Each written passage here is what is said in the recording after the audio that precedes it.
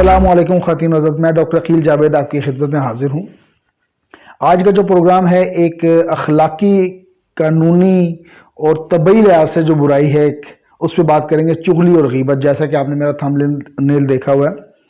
تو میں doctor Aqeel Javed AJ health TV سے آپ سے مخاطب ہوں۔ چینل کو سبسکرائب کر دیں تاکہ اس قسم کی ویڈیوز آپ کو آتی رہیں۔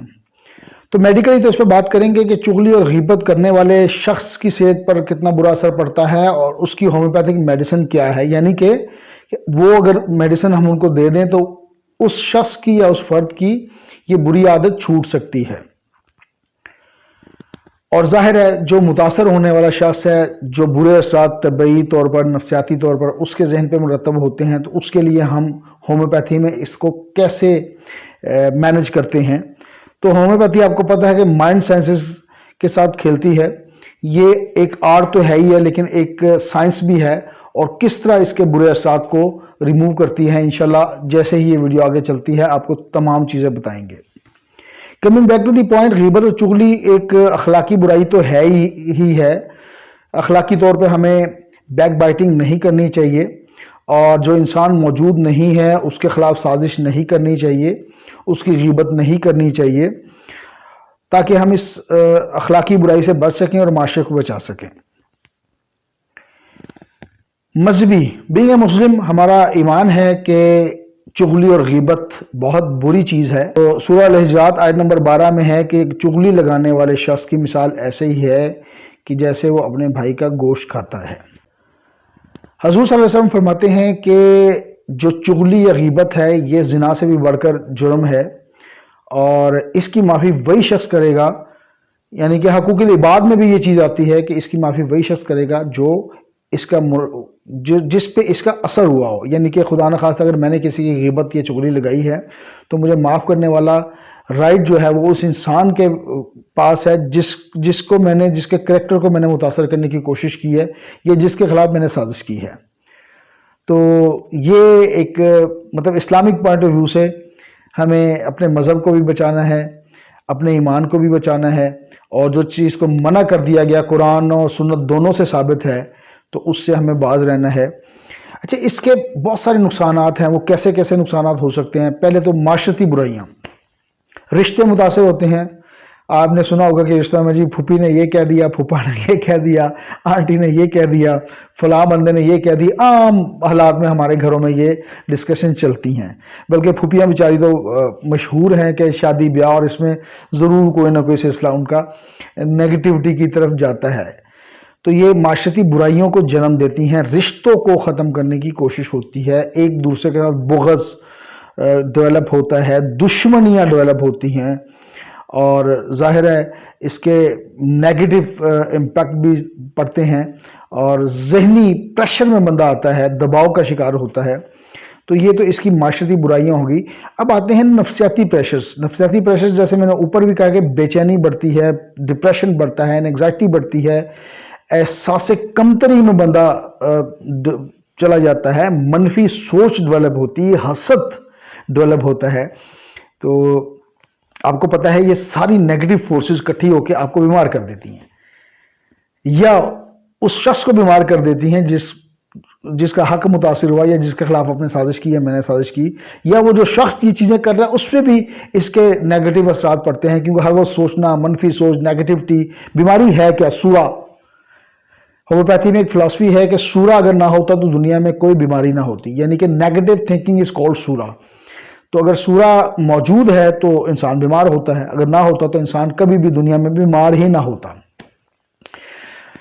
تو ہم نے معاشرتی برائیوں پہ بات کی، نفسیاتی پریشرز پہ بات کی، نفسیاتی مسائل پہ بات کی۔ اب طبعی جو مسئلے ہیں اس میں ہائپر ٹینشن سر فہرست ہے، ہارمونز کی ڈسٹربنس۔ جب ہارمون ڈسٹرب ہوتے ہیں تو انگزائٹی اور اس چیزیں بڑھتی ہیں، ڈپریشن بڑھتی ہیں، اسٹمک ڈسٹرب ہو جاتا ہے، liver, kidneys, heart, depression, anxiety, insomnia یعنی کہ نیند کی کمی۔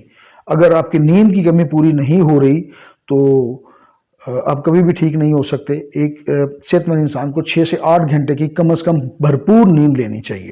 جو یہ برائی کرنے والا یعنی کہ غیبت اور چغلی کرنے والا، اس کے لیے کیا میڈیسن ہوگی ہومیوپیتھی میں؟ بہت بڑا اسکوپ ہے۔ اور جو متاثر ہوا، متاثر شخص کی ہومیوپیتھک میں کیا میڈیسنز ہوں گی؟ تو آتے ہیں جی لیکسس.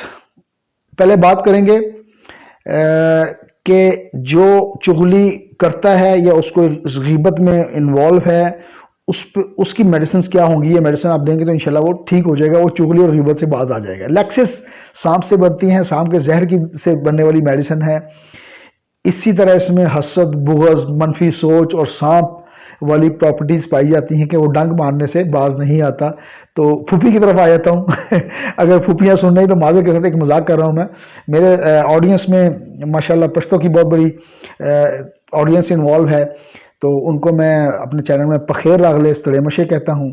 اور پنجابی کے جو ہمارے آڈینس ہیں جی آئین ہوں, اور اردو والے جو ہیں ان کو خوش آمدید. اور English for international viewers, you are welcome to the channel AJ Health TV.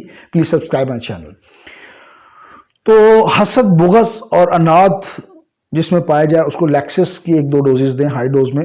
یہ ذہنی میڈیسن جب بھی دیں گے آپ ہائی ڈوز میں دیں گے تو انشاءاللہ تعالیٰ اس شخص میں آپ کو اس کی پرسنالٹی میں, اس کے ٹیسٹ میں آپ کو بالکل چینج نظر آئے گا.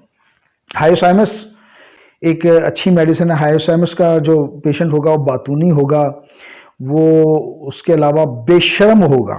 وہ کہتے ہیں نا ایتے ہے ہی بے شرم ہے, تو اس کی میڈیسن ہائیوسائمس میں بنے گی. پوٹینسی اس میں جو ذہنی پریشانیاں ہیں, ذہنی مسائل ہیں, ذہنی علامتیں ہیں, اس میں پوٹینسی ہم ہائی رکھتے ہیں. تو اس کے بعد ایناکارڈیم ایک اچھی میڈیسن ہے. اس کے پیشنٹ میں سازش شامل ہے, ہر وقت سازشی ذہن چلتا رہتا ہے, تو ایناکارڈیم بھی ہائی پوٹینسی میں دیں گے تو انشاءاللہ بہتری ہوگی. تو یہ ہم نے بات کی جی کہ جو چغلی اور غیبت میں انوالو بندہ ہے اس کی پراپرٹیز کیا ہیں, یا اس کی علامات کیا ہیں, یا اس کی میڈیسنز کیا ہیں. باتیں ہیں کہ جو بیچارہ متاثر ہوا اس پرابلم سے اس کے لیے ہم کیا میڈیسن دے سکتے ہیں. تو پہلی میڈیسن ظاہر ہے اس علامات پہ ہم ڈیپینڈ کرتے ہیں. اگنیشیا ہمارا بہت بڑی میڈیسن ہے اور ہائی پوٹینسی میں کام کرے گی. اس میں فیلنگز ہرٹ ہوتی ہیں, انسان دکھ, درد اور پریشانیوں کے ساتھ مطلب اس میں پرابلم چلتی ہیں. تو اگر ایسی کوئی کنڈیشن ہو تو اگنیشیا ہمارا آپ دے سکتے ہیں. اس کے بعد جو میڈیسن میری اسکرین پر آپ کو میں دکھا بھی دیتا ہوں, نیٹرم میور جذبات کی بہت بڑی میڈیسن ہے. نیٹرم میور کا جو پیشنٹ ہے یہ اندر ہی اندر, یہ کسی کو کچھ نہیں بتاتا, یہ اندر ہی اندر اپنے غم کی وجہ سے تباہ ہو جاتا ہے. نیٹرم میور آپ کو ہوتا ہے نمکیات سے بنتی ہیں, اور جسم میں ویسے بھی نمکیات کی کمی نہیں ہونی چاہیے. تو نیٹرم میور کی ہائی ڈوز دیں, انشاءاللہ تعالیٰ اس پیشنٹ کو فاقہ ہوگا. یہ اندر اندر گھلتا رہتا ہے, اپنا غم کسی سے ہلکا نہیں کرتا اپنا دل, تو اس کو یہ دیں انشاءاللہ بہتری آئے گی. اس کے بعد جو میڈیسن ہے وہ سٹیفسکیریا, بہت بڑی میڈیسن ہے. غصہ, بے چینی, نیٹرم میں اور اس بندے کی میڈیسن بنے گی جو اندر ہی اندر اپنے غم کو لے کے چلتا ہے. لیکن جو سٹیفسکیریا کا پیشنٹ ہے ہائی ڈوز میں یہ میڈیسن دیں گے, ہائی پوٹینسی میں میڈیسن دیں گے, یہ پھٹ پڑتا ہے غصے سے, یہ ایک دم بلنٹلی پڑ جاتا ہے, یعنی کہ اپنے آپ کا جو ابھار اندر کا وہ نکال دیتا ہے. تو ایسی کنڈیشن ہے تو آپ نے یہ میڈیسن استعمال کرنی ہے. Coming back to the point, ہم نے بات کی کہ جی چغلی کیا ہے, اس کے اسلامک پوائنٹ آف ویو کیا ہے, اس کے نفسیاتی نقصانات کیا ہیں, اس کے معاشرتی نقصانات کیا ہیں, طبعی نقصانات کیا ہیں, اور پھر ہم نے بات کی کہ جناب اس میں جو چغلی لگانے والا ہے اس کی میڈیسن کیا ہوگی, اور چغلی سے متاثر ہونے والے کی میڈیسن کیا ہوگی. تو دس از آل اباؤٹ چغلی اور غیبت. Me doctor Khalil Javed is signing off. Thank you very much.